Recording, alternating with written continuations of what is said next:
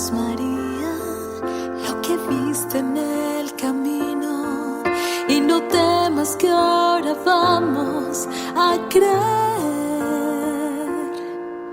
La tristeza nos hizo dudar de tus palabras, pero una luz alumbra nuestro débil corazón.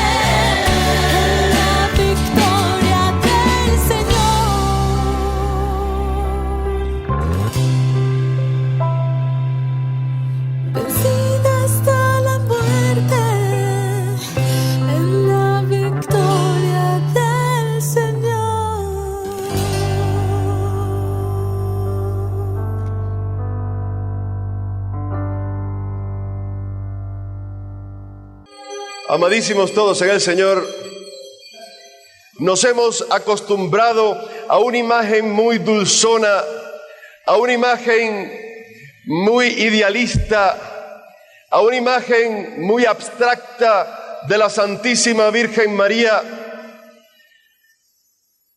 Y yo quisiera invitarlos a profundizar en el misterio de la Madre del Señor, dándonos cuenta que María fue una mujer de carne y hueso, una persona humana igual que nosotros, una persona que tuvo que atravesar por esta vida con todas las dificultades que nosotros tenemos, y que hubo momentos para la Santísima Virgen en los cuales ella necesitó tomar opciones de fe. Hubo momentos en los cuales ella se tuvo que enfrentar con la gran confusión del misterio de la muerte de su hijo.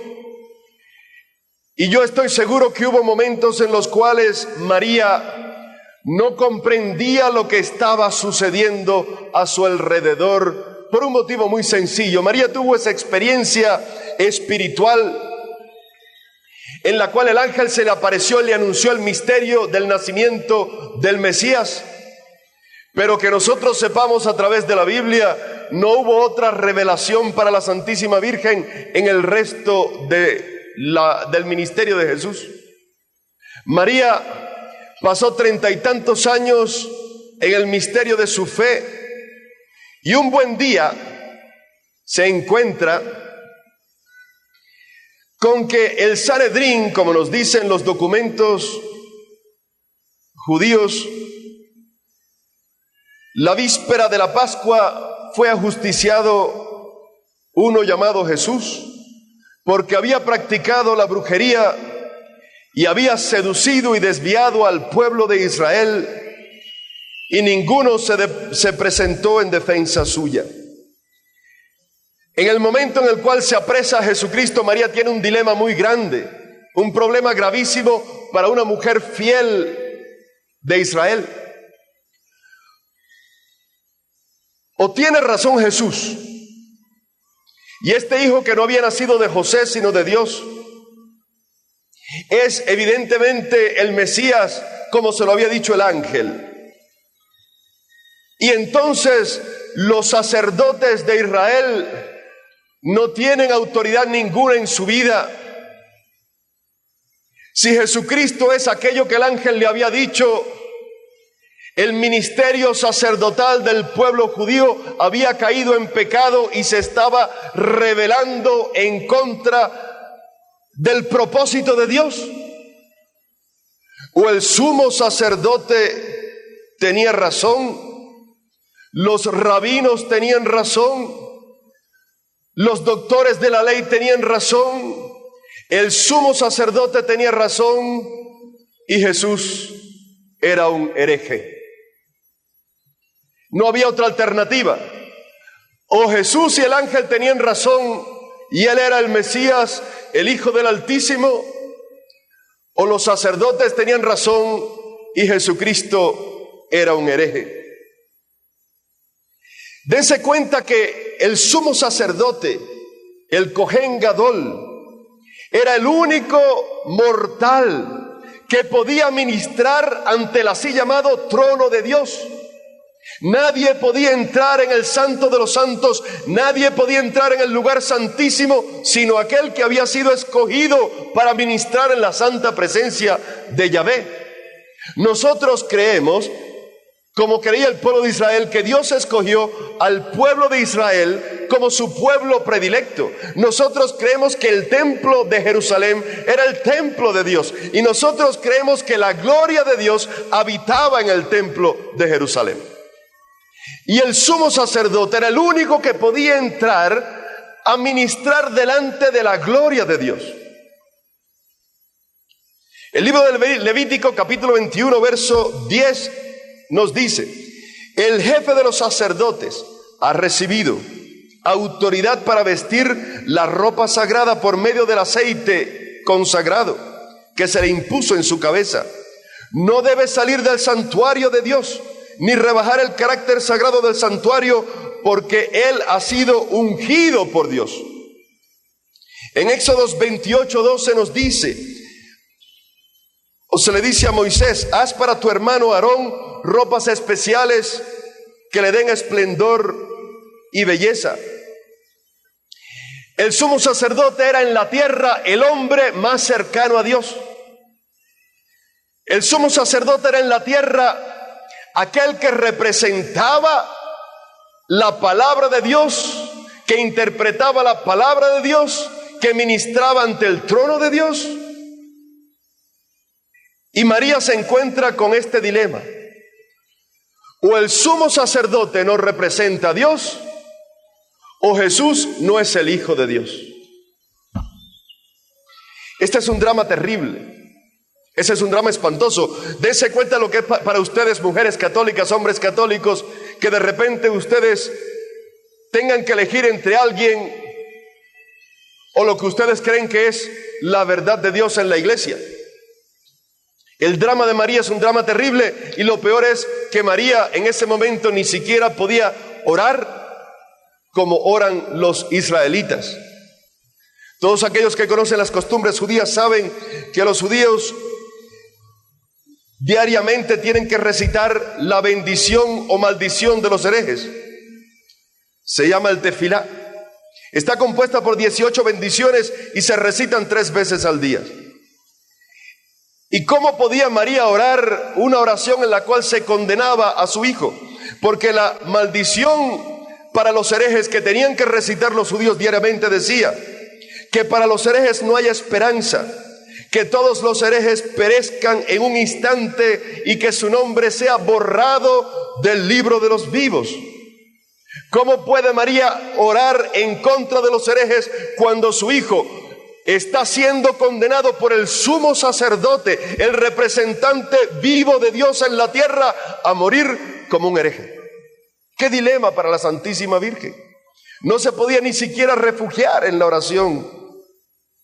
Es verdad que Jesucristo había tenido palabras durísimas para aquellos que se hacían gente buena. Dice Jesús en Mateo 21:31 que Dios prefiere a los pecadores, a las prostitutas, que Dios prefiere a los inmundos antes que aquellos que se hacen pasar por buenos y tienen su corazón lleno de vergüenzas.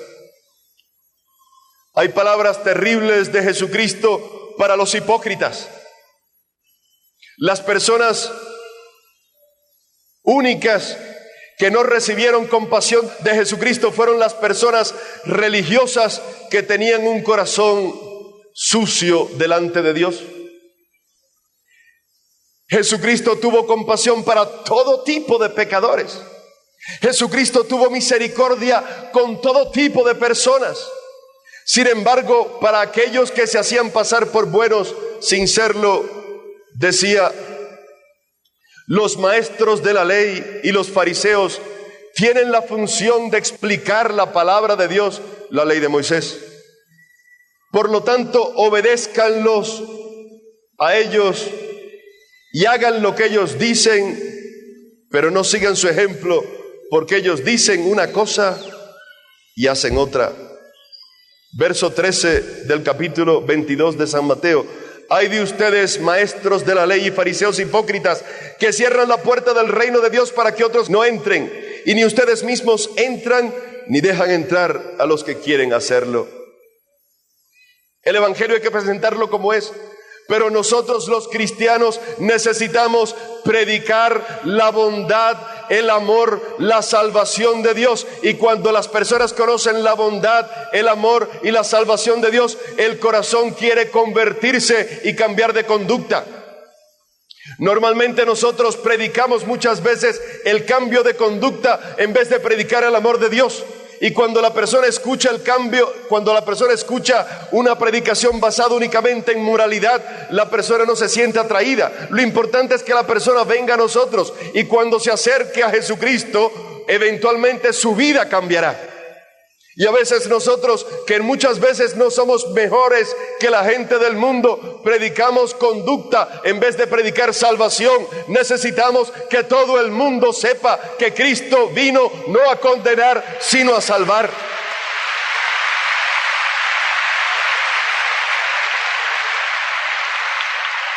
Ay de ustedes, maestros de la ley y fariseos hipócritas, que recorren cielo y tierra para ganar un adepto, y cuando lo han logrado hacen de él una persona 2 veces más merecedoras del infierno que ustedes mismos.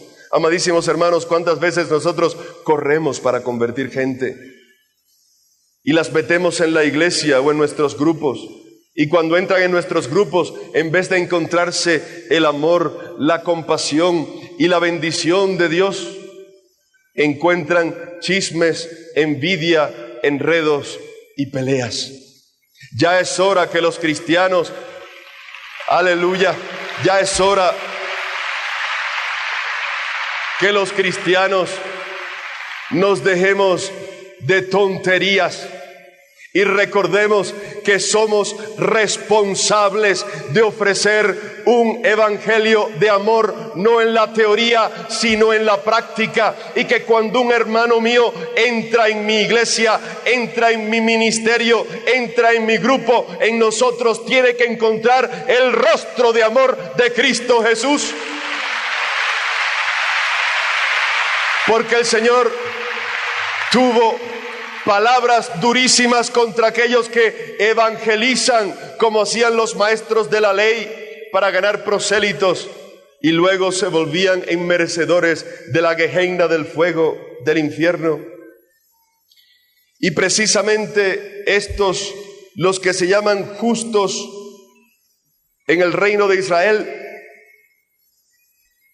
se congregan para crucificar a Jesucristo.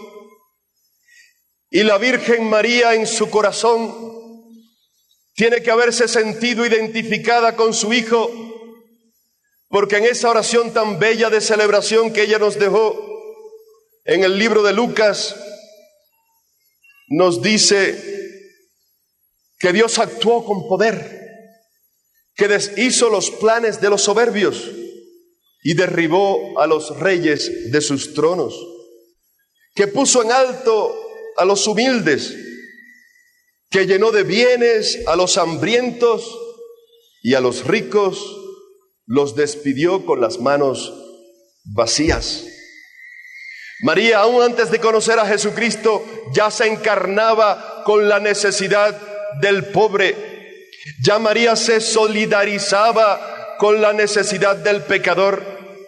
Por eso, en el momento en el cual María tiene que escoger entre su Hijo Jesucristo o el sumo sacerdote, en el momento en el cual María tiene que escoger entre el hereje de Jesucristo o el intérprete que está sentado en la cátedra de Moisés, cuando María tuvo que escoger entre aquel que iba a ser crucificado y aquel que se sentaba representando a los profetas y los patriarcas de Israel, María decide escoger la causa de Jesucristo, escoger la causa de los pobres, escoger la causa de los caídos y los oprimidos. Y María no se solidariza con los sacerdotes, María se solidariza con el condenado, con el hereje, con aquel que colgaba del madero. Bendito sea el nombre de nuestra Santísima Madre.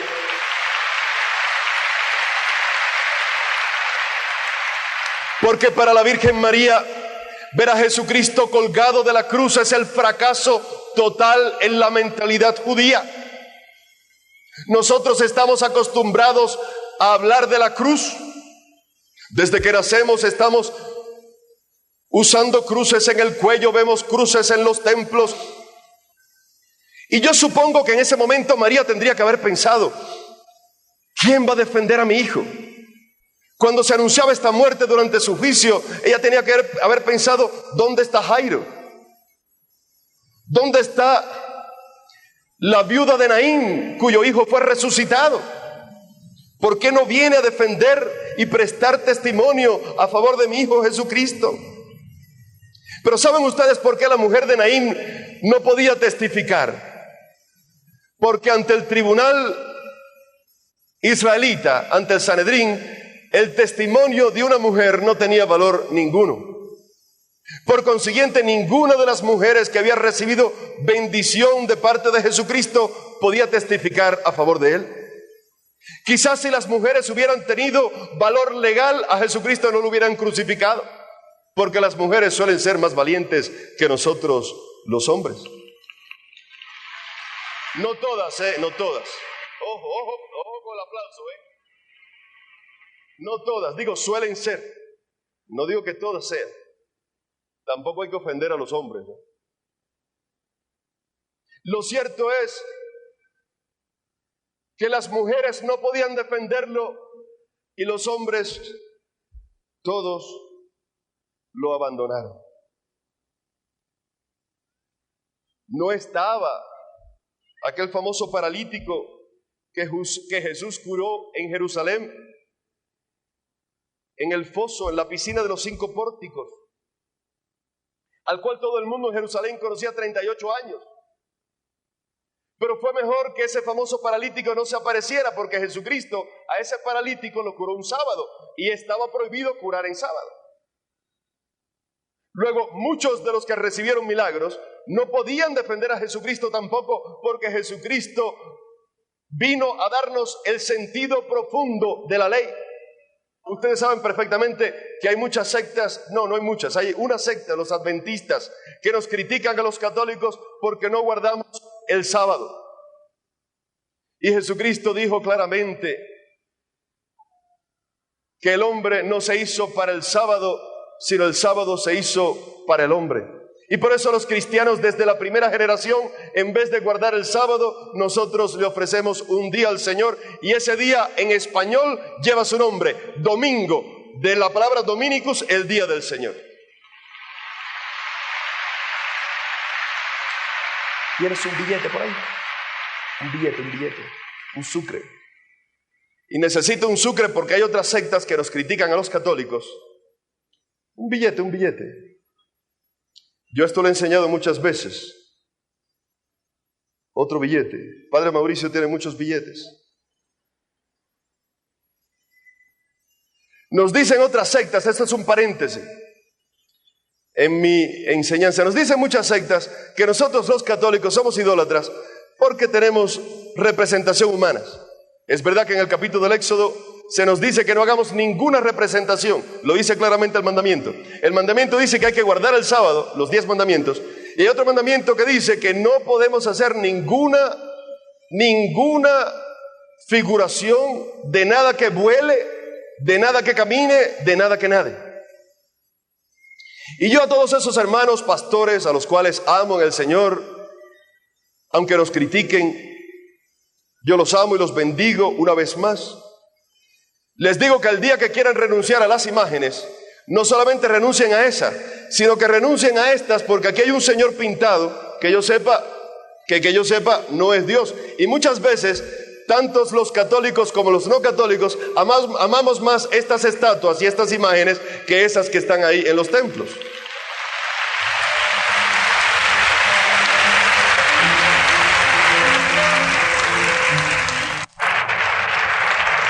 Aquí tenemos otra.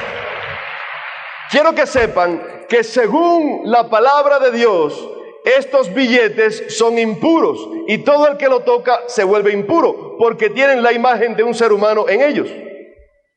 Si vamos a ser estrictos. Así que todo pastor que quiera cumplir con los 10 mandamientos no pasa más la colecta en su templo porque estos billetes tienen imágenes en ellos.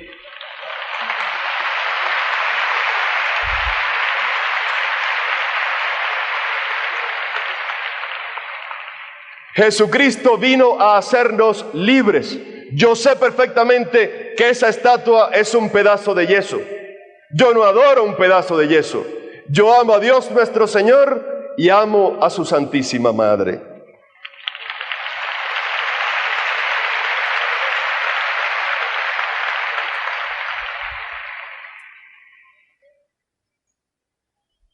No se presenta nadie a defender a Jesús.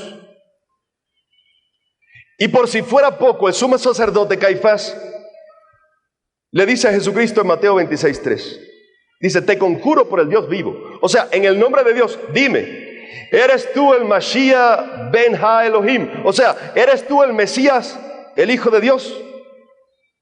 Ese era el momento que Jesucristo podía haber dicho, en fin, una mentirita no es tan grave. Este es el momento de salvar mi vida.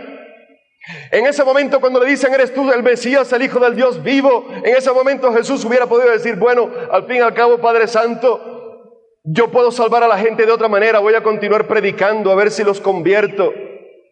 Pero Jesucristo dice la frase que va a llevarlo a la cruz, dice, tú lo has dicho. Aleluya. Tú lo has dicho.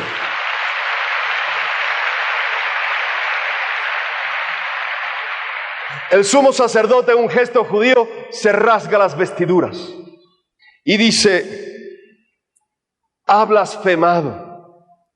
No tenemos necesidad de ningún testigo. Hemos escuchado su blasfemia. ¿Qué sentencia propone? Y en Mateo 26, 63 al 67 se nos dice pena de muerte. En ese momento, Caifás, en vez de humillarse ante la presencia viva del Hijo de Dios, lo condena a muerte. María ha perdido toda esperanza y toda confianza en las instituciones de Israel. María no entiende cómo es posible que si ellos son el pueblo de Dios y Moisés es profeta de Dios, las instituciones rechazan a Jesús. Pero a María le queda una esperanza de ver a su hijo vivo.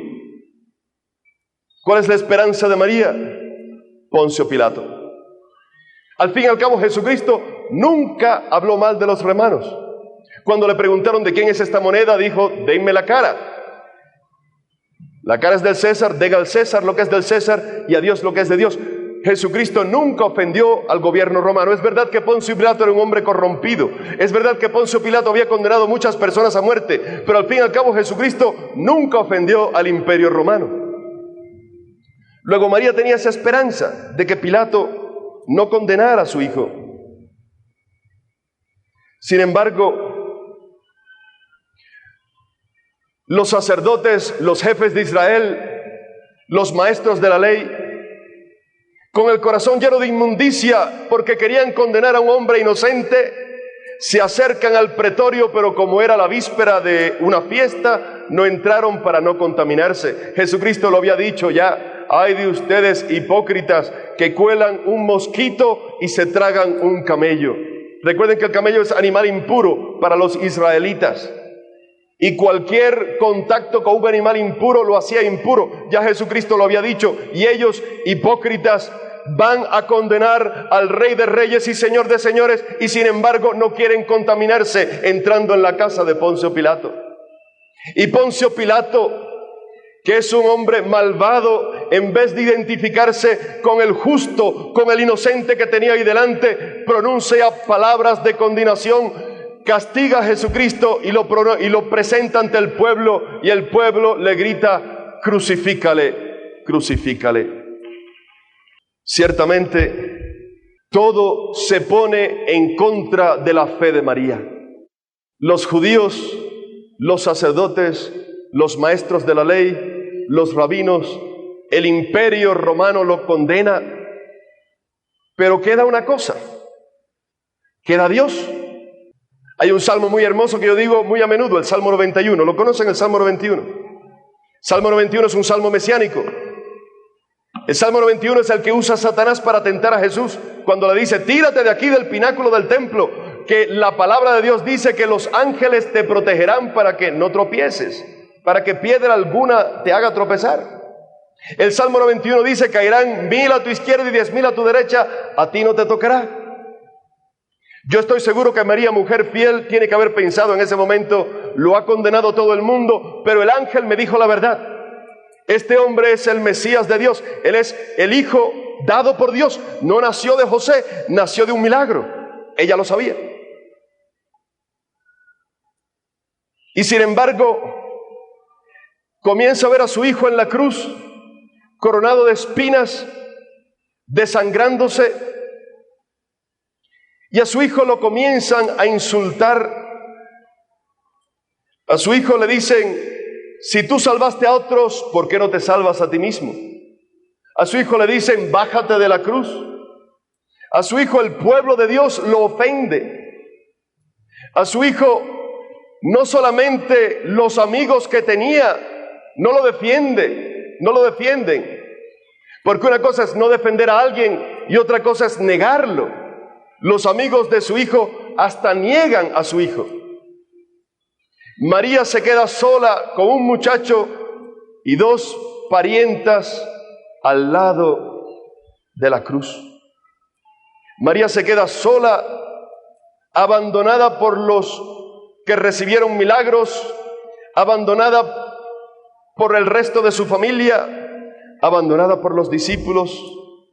María de la soledad, María sola, enfrente a la cruz del Calvario, tiene que haber pensado: el ángel de la Anunciación va a rescatar a mi hijo, porque a mi hijo se le prometió el trono de David, su padre, y que yo sepa, la cruz no es ningún trono. Y sin embargo, en esas horas que pasa María al lado de la cruz, no baja el ángel, ni el Padre toma acción visible alguna. Es más, ahora les voy a decir algo que es chocante para los creyentes. Jesucristo en la cruz experimenta algo que María no entiende tampoco: el silencio de Dios. Todo judío fiel tenía que morir con una oración que es la primera que escucha cuando nace y la última que se dice al morir, que es: escucha Israel, Adonai Elohim, Adonai Echad. El Señor es Dios, el Señor es uno. Shema Yisrael. Escucha Israel. Esa es la oración de todo creyente judío. Esa es la última palabra que todo judío fiel tiene que decir. Y Jesucristo no muere diciendo Shema Israel. Jesucristo muere diciendo Eloí, Eloí, lama sabactani. Dios mío, ¿por qué me has abandonado? Jesucristo muere con las palabras del Salmo 22. Palabras que nosotros hoy entendemos a la luz del Espíritu Santo, pero que en ese momento son otro impacto para la Santísima Virgen. Porque esa no es la oración de un judío, esa es la oración de un hereje. Esa no es la oración del hombre fiel, es la oración del hombre en desesperación. Muere entre criminales. No recibió el beso del Padre. El Padre que nos había dicho en Isaías 49, 14, 15: ¿podría una mujer olvidarse de su hijo hasta el punto de no conmoverse por el hijo de sus entrañas? Pues aunque las madres se olvidaran, dice el Señor, yo nunca te olvidaré. Y sin embargo, escúchenme bien, que les quiero decir una cosa muy importante, y esto hay que entenderlo. Jesucristo, por voluntad del Padre y por obediencia, experimenta en la cruz el silencio del Padre, y Jesucristo experimenta el abandono del Padre. El Padre lo abandona en manos de los pecadores, y cuando Jesucristo experimenta el abandono de todo el mundo, hay una persona que lo consuela, y esa persona es María. María, su madre, le ofrece el consuelo de su presencia en la cruz. Cuando Jesucristo grita en ese momento terrible de agonía: Señor, Señor, Eloí, Eloí, ¿por qué me has abandonado?, hay alguien que no lo había abandonado, y esa mujer, ustedes bien la conocen.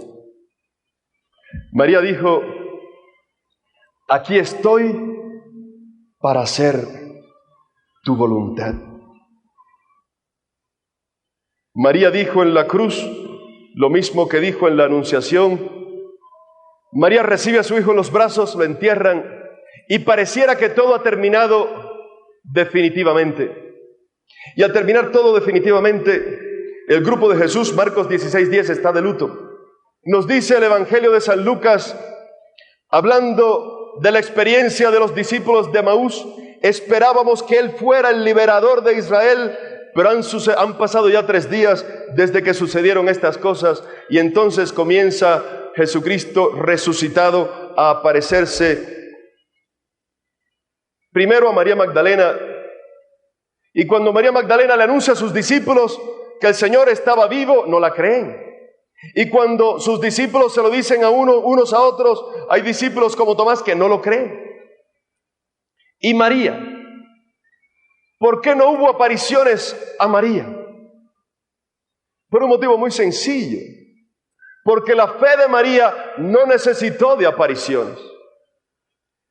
Nosotros vemos que las apariciones fueron dadas para los que no creen, para María Magdalena, que no reconocía a Cristo resucitado, para Pedro y Juan que no acababan de entender la resurrección, para todos los discípulos y para aquellos que no creían. Pero María, la única bendición que recibió de Dios fue el carisma de la fe, fe que tuvo en la anunciación, fe que tuvo en la vida escondida de Jesús, fe que continuó en el ministerio de Jesús y fe que continuó ante la muerte de su Hijo Jesucristo. La opción de María en el momento en el cual todos la abandonaron no fue por Israel, fue por Jesucristo. La opción de María fue seguir a su Hijo hasta el Calvario y hasta la muerte. María siguió creyendo después que Jesucristo murió.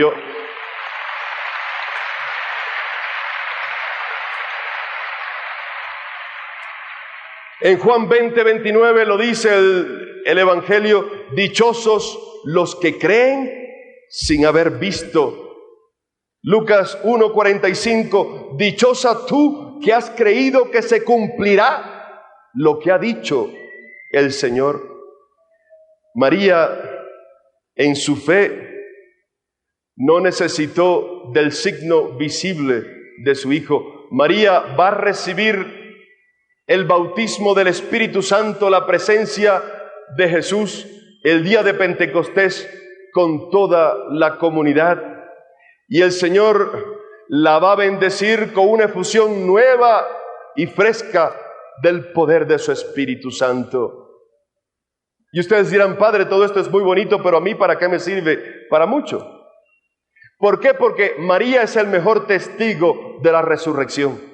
María es el mejor testigo del discípulo de la iglesia. María es el mejor exponente de lo que es el plan de evangelización. Amadísimos hermanos, todos los planes de evangelización fracasan cuando no hay fe, esperanza y amor. Nosotros podemos gritar, nosotros podemos hacer actos masivos, nosotros podemos tener misas, nosotros podemos invitar a las personas a que se conviertan, pero si nuestro corazón no está lleno de fe, si nuestro corazón no está lleno de esperanza, si nuestro corazón no está lleno de amor, no evangelizamos y no se convierte nadie, porque el Evangelio de Jesucristo no está hecho de palabrerías, está hecho de conducta auténtica, de coherencia, de autenticidad, de amor presente del Evangelio de Jesucristo. Y ese es el regalo de María para nosotros.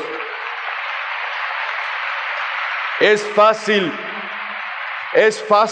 amar a Dios cuando todo va bien. Es fácil amar a Dios cuando tengo dinero en el bolsillo. Es fácil amar a Dios cuando las cosas se me facilitan. Pero qué importante es, como María, ser fiel en el Calvario. Qué importante es, como María, que aunque todas las cosas me parezcan contradictorias, aunque yo ore y el Señor parece que no contesta, aunque todo se me venga arriba, yo sigo fiel junto a Cristo Jesús. Esa es la enseñanza de María y esa es la verdadera evangelización.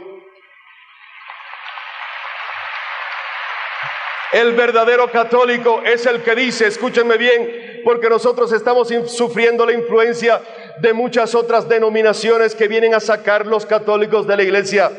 Amadísimos hermanos, les cuento otro secreto. A mí no me importa que el Papa se haga protestante, yo seguiré siendo católico. A mí no me importa que la Madre Teresa de Calcuta se haga pentecostal, yo voy a seguir siendo católico, porque la fe mía no está puesta en la conducta del Papa, de la Madre de Teresa o de un obispo cualquiera. Mi fe está puesta en Jesucristo, mi fe está puesta en una iglesia. El Papa cambia de nombre, pero el oficio del Santo Padre no cambia. El obispo cambia de nombre, pero seguimos teniendo obispo y pastor en la diócesis. Nosotros no pertenecemos a una iglesia que fue fundada el siglo pasado en Norteamérica, en Inglaterra o en Holanda. Nosotros pertenecemos a la iglesia que fue fundada el día de Pentecostés, el día que bajó el Espíritu Santo, la iglesia que fue fundada de la llaga del lado del Cordero de Dios.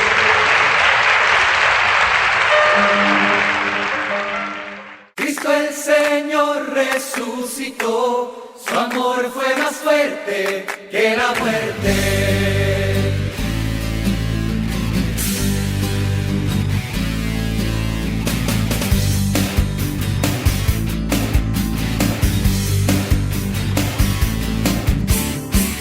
La iglesia canta de alegría, los pobres saltan de contentos, encuentran paz los perseguidos, con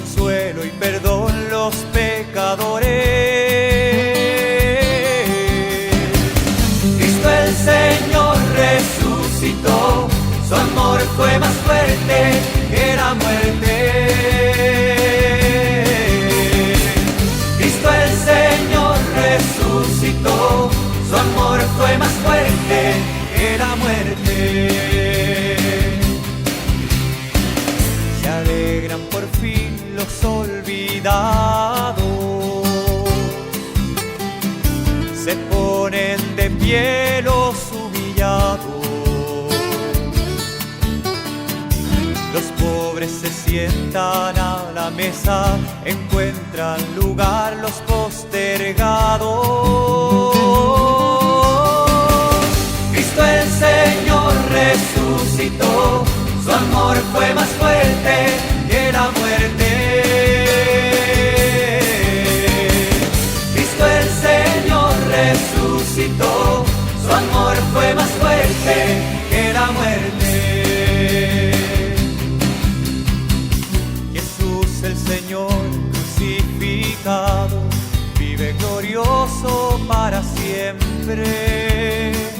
Cristo Jesús, hermano nuestro, está con nosotros para siempre.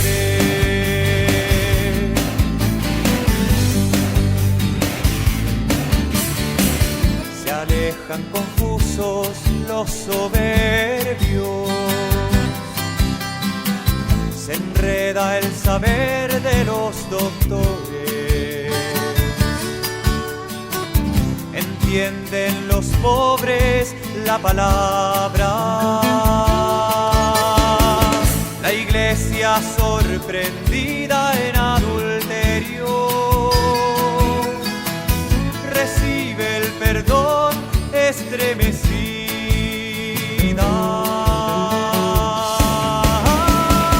Cristo el Señor resucitó, su amor fue más fuerte que la muerte.